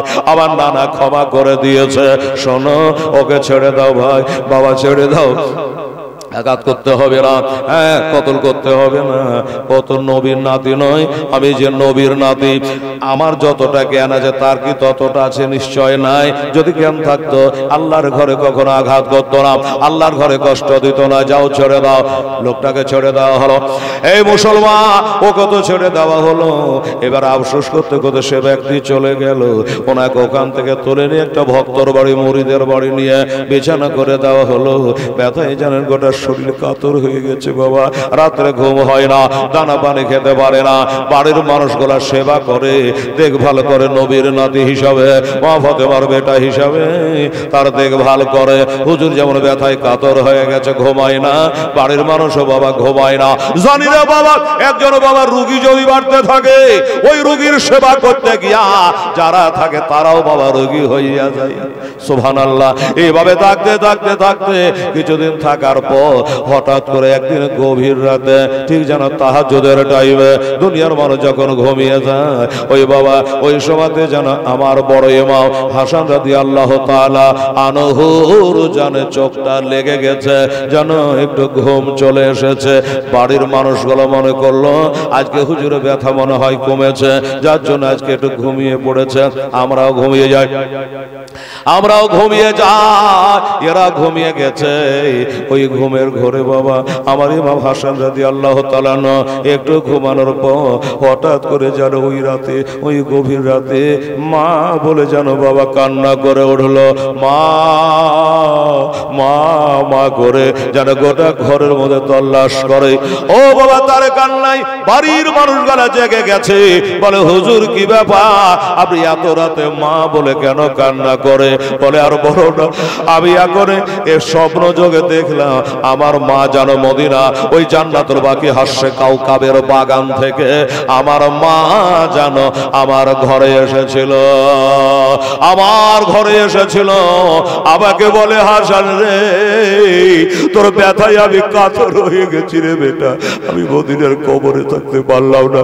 হাসান রে, ও বাবা রে, আয় একবার বুকে নিয়ে। হাসান শোন বেটা, তুই মদিনা ছেড়ে কেন আসলি বাপ? মদিনা ছেড়ে আসা তোর ঠিক হয়নি রে। আমি তোর মা হিসাবে বললাম তোর ছোট ভাইকে ডেকে পাঠা, আমার লাল হোসেনকে ডেকে পাঠানি, ও সাইরকে ডেকে পাঠা, আর তাড়াতাড়ি করে যত তাড়াতাড়ি হয় তুই মদিনায় চলে আয়। এই বলে জানো আমার মায়ের সাথে স্বপ্নে কথা হলো। তারপরে স্বপ্ন ভেঙে গেল, চোখের পাতা খুলে গোটা ঘরে দেখছি মাকে খুঁজে পাওয়া যাচ্ছে না, মাকে খুঁজে পাওয়া যাচ্ছে না। আজ কতদিন পরে পরে মাকে স্বপ্নে দেখেছি গো, আমার মা, আর মা মা করে আমি চিৎকার করি, তাকিয়ে দেখছি আমার মা নাই। কে আছো গো? আমার একটা কাজ করে দিবা বাবা। বলে কি গা? বলে আমার ছোট ভাই, আমার মায়ের পেটের ভাই, আমার আদরের দোলাল ভাই, আমার হোসেনকে একটু ডেকে দিতে পারো? মা বলে গেছে হোসেনকে সঙ্গে করে মদিনায় চলে যাব, এই দেশে থাকব না। যদি পারো ডেকে দাও। তারা রাজি হলো। হোসেনকে খবর দেওয়া হলো। আমার ইমাম হোসাইন রাদিয়াল্লাহু তাআলা আনহু তিনি বাবা খবর পেয়ে, ভয়ের খবর পেয়ে ছুটে চলে আসলেন। ছুটে চলে আসছেন বাবা।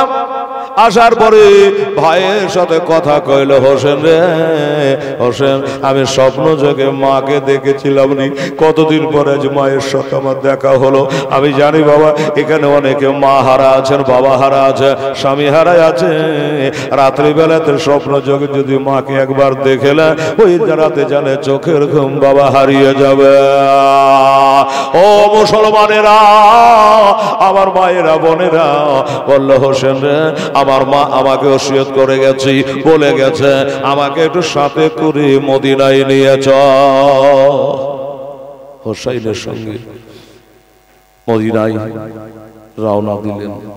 রাস্তায় দুই ভাই কথা হচ্ছে, ভাই হোসেন মদিনায় তো যাব নিশ্চয়, আমাদের জন্মস্থান মদিনা, কিন্তু ভাই একটা কথা এখানে বলেনি।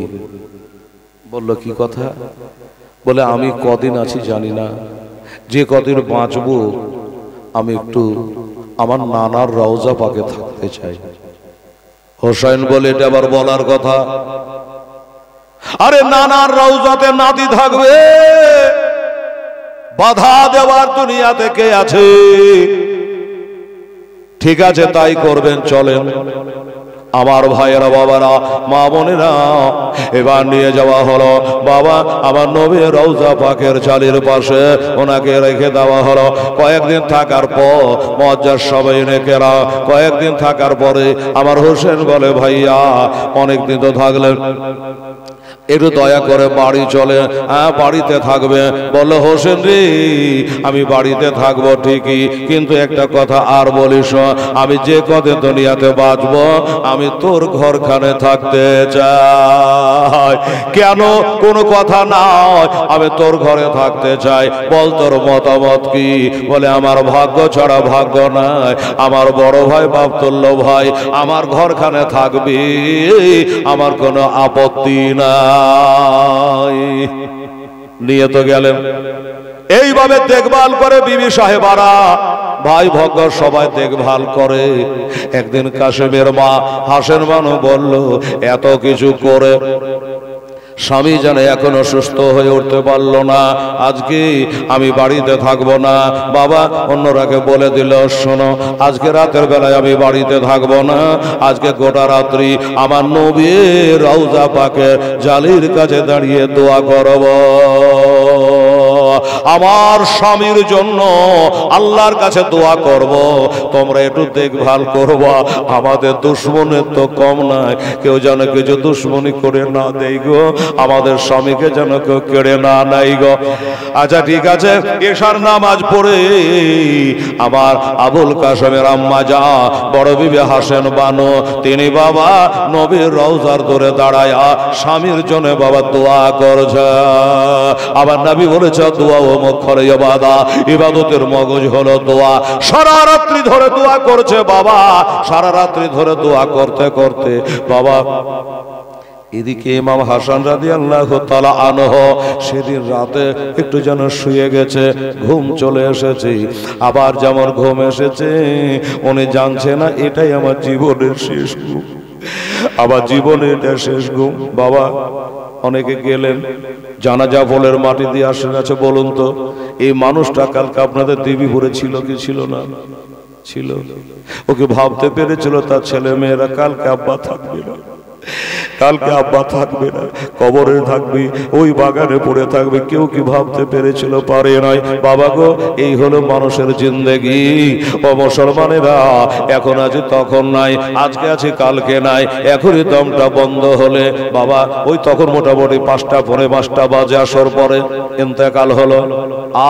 আর 9টায় জানাজা, তার মানে 4 ঘন্টার মধ্যে ক্লিয়ার হয়ে গেল। কেউ রাখবে না, ওই ছাপ্পর ঘাটে রাখবে না, চোখের উপরে রাখবে না, আর তোবার কিছু থাকলো না। ও মুসলমানেরা, ইমাম হাসান রাদিয়াল্লাহু তাআলা আনহু তিনি একটু শুয়ে গেছে, ঘুম চলে এসেছে।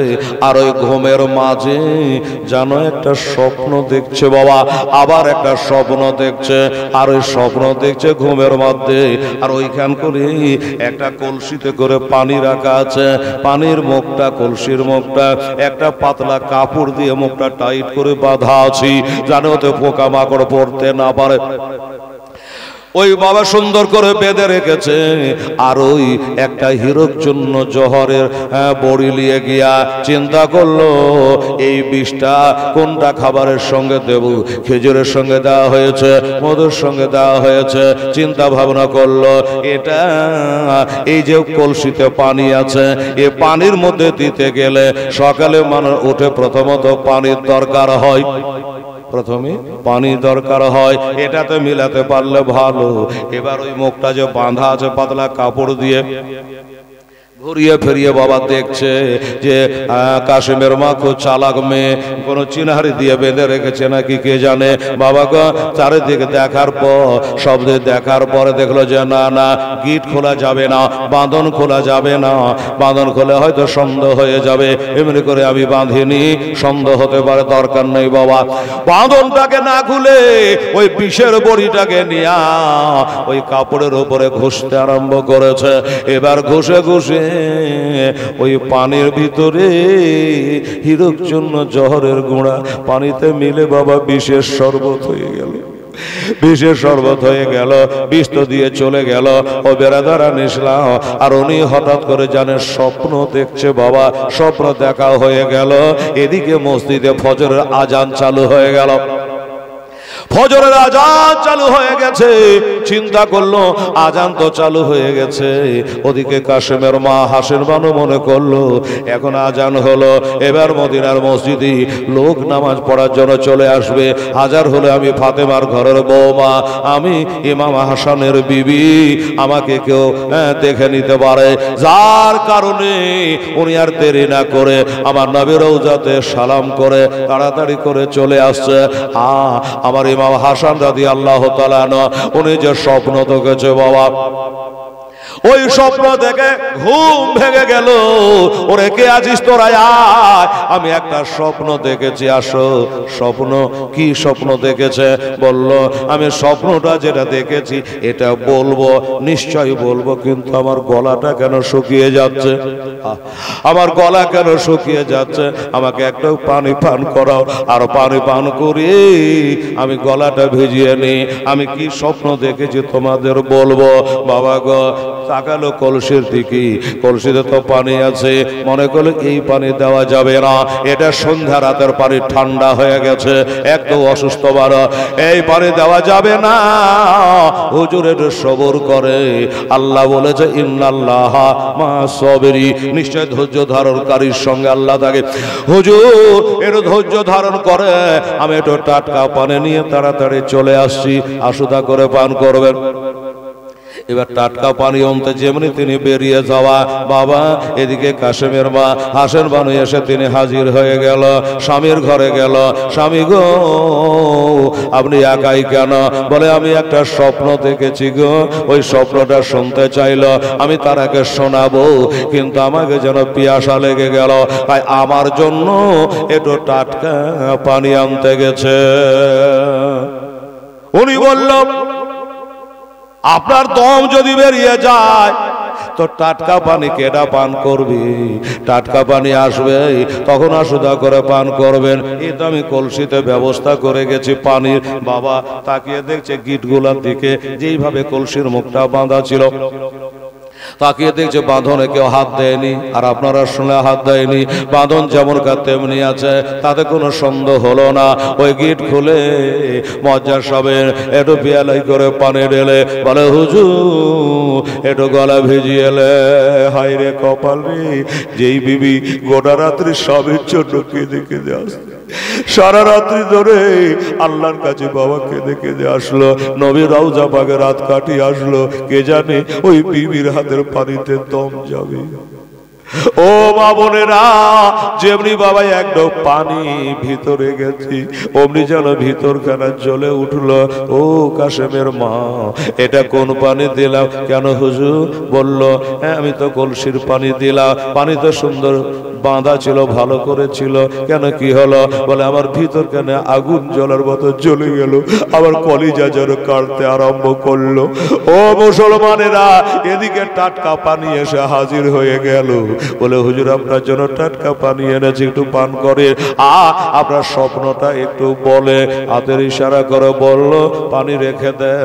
আমি বুঝে নিয়েছি এ দুনিয়ার পানি আমার আর কপালে না, এ দুনিয়ার পানি আমার কপাল থেকে আল্লাহ তুলে নিয়েছি, আর আমার দুনিয়ার পানি পান করা হবে না। বাবারা, আমার মা বোনেরা, এবার বলল, তাহলে আপনার স্বপ্নটা কি দেখেছেন বলো। বলে, একে একে কজনাকে বলবো। ও গো কাশেমের মা গো, আমার ছোট ভাইটাকে ডাকো গো, আমার মার পেটের ভাইকে একটু দেখেলি। আবার হোসাইনকে ডাকো, হোসাইনকে ডাকা হলো, বেটাকে ডাকা হলো, বহিন দুটাকে ডাকা হলো, বাড়ির সকলে জমা হয়ে গেল। এবার বলি, আমি যে স্বপ্নটা দেখেছি তোমরা শোনো।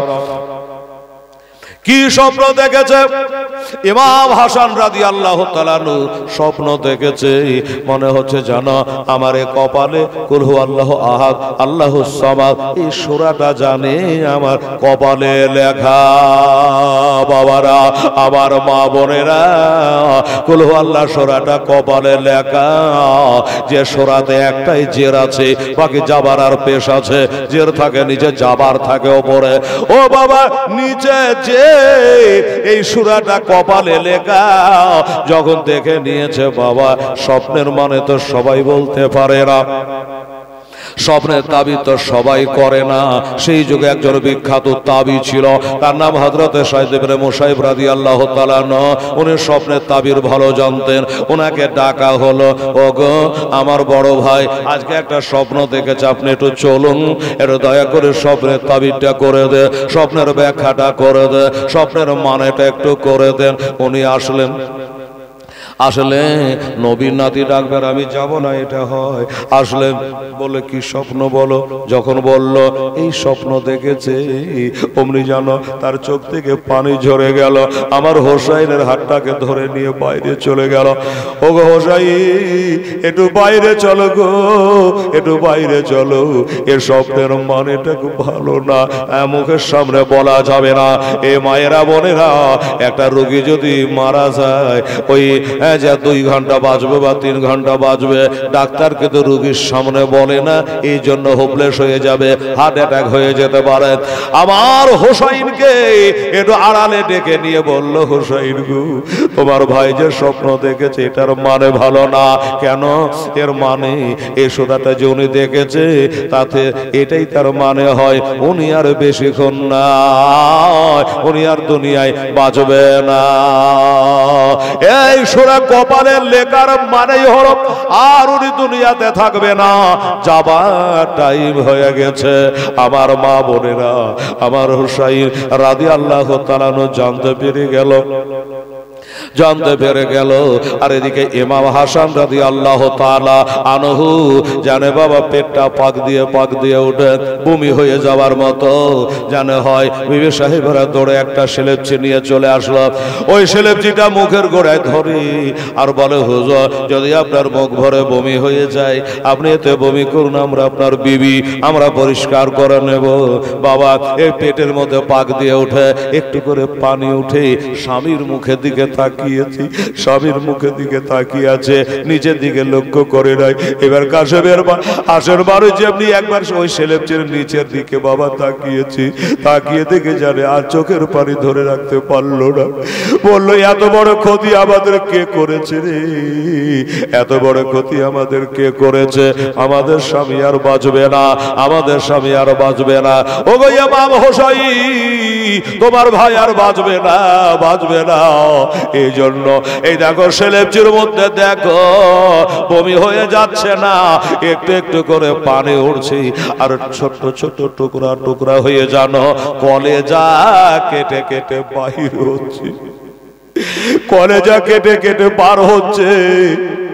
এ স্বামী আমাদের আর বাঁচবে না, এত বড় ক্ষতি আমাদের কে করেছে? বেরাদার, ইমাম হোসাইন রাদিয়াল্লাহু তাআলা আনহু পাশে বসে জিজ্ঞাসা করলো, দাদা এই বিষ আপনাকে কে দিয়েছে? বললো কেন, একটু বলে দে। বললে তুই কি করবি? বলে আমি তাকে খতম করে দেবো, মার্ডার করে দেবো। আমাকে যে ভাই হারা করলো, আমাকে যে একা করলো, আমি তাকে বাঁচিয়ে রাখবো না, আমি তাকে বাঁচিয়ে রাখবো না। বড় ইমাম বলে, ইমাম হাসান বলে, ভাই আধারের আমি আন্দাজে যার নাম বলবে সে যদি না হয় তাহলে অন্যায় ভাবে তাকে হত্যা করা হবে। তাই চুপ করে যাও, এর বিচার করবেন আমার আল্লাহ রব্বুল আলামিন। আল্লাহুম্মা সাল্লি আলা সাইয়্যিদিনা মাওলানা মুহাম্মদ ওয়া আলা আলি সাইয়্যিদিনা মাওলানা মুহাম্মদ সাল্লাল্লাহু আলাইহি ওয়াসাল্লাম। তো বাবা প্রায় রাইটারদের একই মত, জনির নামটা বললেন না, তবে আলা হযরত আজিমুল বরকত আকায়ে নিয়ামত মুজাদ্দিদ দ্বীন ওয়া মিল্লাত মুফতি আহমদ রাজা খা ফাজল বারেলি আলাইহি রাহমা, ওনার দুটো সন্তান, বড় ছেলে হচ্ছে হুজুর হামিদ রেজা খান রহমতুল্লাহ আলাইহি, ছোট সন্তান মুফতি আজমে হিন্দ, হিন্দুস্তানের সব থেকে বড় মুফতি আজম, যার নাম ছিল বাবা মুস্তাফা রাজা খান। উনি একটা কিতাব লিখেছি, কিতাব ফতোয়ার কিতাবটার নাম হলো ফতোয়ায়ে মুস্তাফাবিয়া। ওই ফতোয়ায়ে মুস্তাফাবিয়াতে সবাইকে মুহরিকার হাওয়ালা দিয়ে লিখেছেন যে এই বিষটা যে দিয়েছিল সে ওটা জায়েদাই বিষটা দিয়েছিল। তাহলে এক আলেম, এক রকমের আকাবির যারা, তারা বলছে এইভাবে বললেন, আর উনি এইভাবে বলে আল্লাহ রাসূলুহু আলাম আনহারের কাম আছে বাবা, তো বিষ দিয়েছে, এটা কিন্তু ঠিক। বেরাদারান ইসলাম, বিষ পানের শহীদ, এটাও কিন্তু ঠিক। তাই ইমাম হোসাইন রাদিয়াল্লাহু তাআলা আনহু তাকিয়ে দেখছে, বাবা হাসানের চোখ দিয়ে যেন পানি গড়ছে। তো আমার হোসেন বলল, বড় ভাই আপনি কাঁদছেন কেন, আপনার চোখের কোনা দিয়ে পানি কেন? বলল, হোসাইন রে, আমি জানে জল জল করে দেখতে পাচ্ছি রে, কারবালায় আলী আকবরের শহীদ দেখতে পাচ্ছি রে, কারবালাতে যুদ্ধ আমার কাসেম শহীদ হচ্ছে রে, আমি জানো সব দেখতে পাচ্ছি, আমার মনের আশা মনে রয়ে গেল। বেরাদারান ইসলাম সবাই রেখেরা বাবা, এই জন্য আমি কাঁদতেছি। আর ইমাম আবুল কাসেমের ডেকে তার হাতে একটা কবজ বেঁধে দিলে, একটা তাবিজ বেঁধে দিলে, আর বলে গেলে এটাকে খুলে দেখবে না, যেদিন দেখবে কোনো ফায়সালা হচ্ছে না, আমার কাসেমের হাতে কবজটাকে খুলে তোমরা দেখবা ওতে তার ফায়সালা দেওয়া আছে। এই বলে কবজটা বেঁধে দিয়া ইমাম হাসান রাদিয়াল্লাহু তাআলা টাইম আর বেশি নাই, উনি বাবা ভবলীলা সঙ্গ দিয়া এ দুনিয়া থেকে বিদায় হয়ে যাবে বাবা। তবে আমার হোসাইন রাদিয়াল্লাহু তাআলা কে বলল, হোসাইন রে একটা কাজ করবে ভাই, আমি তোমাকে ছেড়ে চলে যাচ্ছি ঠিকই, আমি যখন ইন্তেকাল করে যাব আমার কবরখানা আমার নানার কবরের পাশে বানায়, আমার নবীর রওজা পাকের পাশে বানায়। তবে একটা কথা, নানির কাছে অর্ডার লিবা, মা আয়েশা সিদ্দিকা রাদিয়াল্লাহু তাআলা আনহার ঘরে আমার নবীজি রওজা নিজে চোখে দেখে আসলেন বাবা। এই আয়েশাকে কি আগে বলবা, অর্ডার নিবা, উনি যদি অনুমতি দেয় তবে আমার কবরটা ওইখানে বানাবা। আর আমার কবর বানাতে গিয়ে যদি তালওয়ার বাহির হয়ে যায়, মারামারি উপক্রম হয়ে যায়, ঝগড়া ফাসাদ হয়ে যায়, তবে ঝগড়া ফাসাদ আমার লাশ ফেলে রেখে তোমরা করিও না। তাহলে ঝগড়া ঝামেলা না করে আমাকে জান্নাতুল বাকি হাসে কাউকাবের বাগানে হাজী সাহেব যারা তারা দেখে আসছে বাবা, মদিনার মসজিদে নববী তার পাশেই হলো জান্নাতুল বাকি, যেখান করে কমাবে 10,000 সাহাবায়ে কারাম রাদিয়াল্লাহু তাআলা আনহুর কবর রয়েছে, যেখান করে হযরত ওসমান গনি রাদিয়াল্লাহু তাআলা আনহুর কবর রয়েছে, ওইখান করে মা ফাতেমার কবর আছে। বলেছিল আমার মায়ের কবরের পাশে আমার কবর দিয়ে দিও। যদি ঝগড়া ঝামেলা হয় দরকার নেই, আমার মায়ের কবরের কাছেই আমার কবরটা বানিয়ে দিও। এতটুকু বলে বেরাদার আমার মা বোনেরা, উনি যখন ইন্তেকাল হলো, বেরাদার ইসলাম কম বেশি 49 হিজরিতে ইন্তেকাল যখন তিনি হয়ে গেল, তো দোস্ত বুজুর্গ এবার মা আয়েশা সিদ্দিকা রাদিয়াল্লাহু তাআলা আনহাকে গিয়ে বললেন, নানি সাহেবা আমার বড় ভাই ওসিয়ত করে গেছে, এইভাবে বলে গেছে, আপনার যদি অনুমতি হয় তাহলে আমার বড় ভাইয়ের কবর আমার নানার কবরের কাছে বানাবো। বলল আমার তরফ থেকে কোনো মানা নেই, আমার তরফ থেকে কোনো নিষেধাজ্ঞা নেই, নাতির কাছে নানার কাছে নাতি থাকবে, আমার তরফ থেকে কোনো মানা নেই। বাবা ওইখানে বাবার একটা কথা উঠে গেল, শোনো আমরা শুনেছি, শোনো ইমাম হোসাইন রাদিয়াল্লাহু তাআলা আনহু সেইটা হলো এখান করে 3টা কবর 4টা কবর হবে আমার নবী পাক সাহেবে লাউলাকে রওজায়ে পাক, আর একদিকে হযরত আবু বকর ও ওমর, আর একটা জায়গা ছাড়া আছে এখান করে ইমাম হযরত ঈসা আলাইহিস সালামের কবর হবে। এইখানে আর কারো মাজার শরীফ হবে না। যেমনি বলেছে আমার হোসেন জানা তলোয়ার বার করে নিয়েছে, তালবার বার করে নিয়েছে, যিনি ঘরের মালিক আমার নানি সাহেবা, উনার তরফ থেকে নিষেধ নাই, মানা নাই, তোমরা মানা করবার কে? যেই বাবা তালবার বার করেছে হযরত আবু হুরায়রা রাদিয়াল্লাহু তাআলা আনহু, আমার নবীর বিখ্যাত সাহাবী, প্রত্যেকটা হাদিসের পাতায় পাতায় যার নাম। এই সাহাবী সাথে সাথে বলে, ওগো বিশ্ব নবীর পেয়ারা নাতি ইমাম হুসাইন রাদিয়াল্লাহু তাআলা আনহু, আপনার বড় ভাই একটা কথা বলে গেছে, জি আমার কবরের ব্যাপারে যদি তালবার বার হয়ে যায়, ঝগড়া ঝামেলা হয়, তাহলে তা না করে আমার কবরটা যেন আমার মায়ের কবরে কাছে বানানো হয়। কথাটা স্মরণ হয়ে গেল, কথাটা স্মরণ হয়ে গেল। তাই বাবা আর ওইখানে নয়, আর কোনো ঝগড়া ঝামেলা না করে জান্নাতুল বাকি হাসে কাউকাবের বাগানের কাছে মা ফাতেমার কবরের ডান পাশে বাবা তারে ওখানে দাফন করা হলো। একবার ডেকে নাও গো তোমার দ্বারে নবী, একবার ডেকে নাও গো তোমার দ্বারে, তোমার দ্বারে যেতে আমার মনে চায় বারে বারে, একবার ডেকে নাও গো তোমার দেশে। তুমি কত দয়ার নবী কাঁদিতেছেন ও মাতে ভাবে নাবি গো,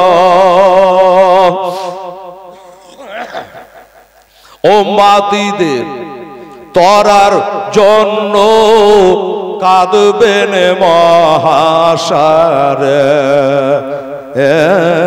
নবী একবার ডেকে নাও গো তোমার দ্বারে, মহাসারে ওই কঠিন দিনে কেউ তরাবে না তুমি বিনে নবে গো, মহাসারে কঠিন দিনে কেউ তরাবে না তুমি বিনে নাবে গো। আরে গুনাহগার সব দলে দলে আসবে তোমার দ্বারে একবার ডেকে নাও গো তোমার দ্বারে মনে বড় আশায় আছে যাব আমি তোমার কাছে নবী গো আমার মনে বড় আশায় আছে যাব আমি তোমার কাছে নবী গো আরে দুঃখ ব্যথা ভুলে গিয়ে থাকবো জীবন ভরে একবার ডেকে নাও গো তোমার দ্বারে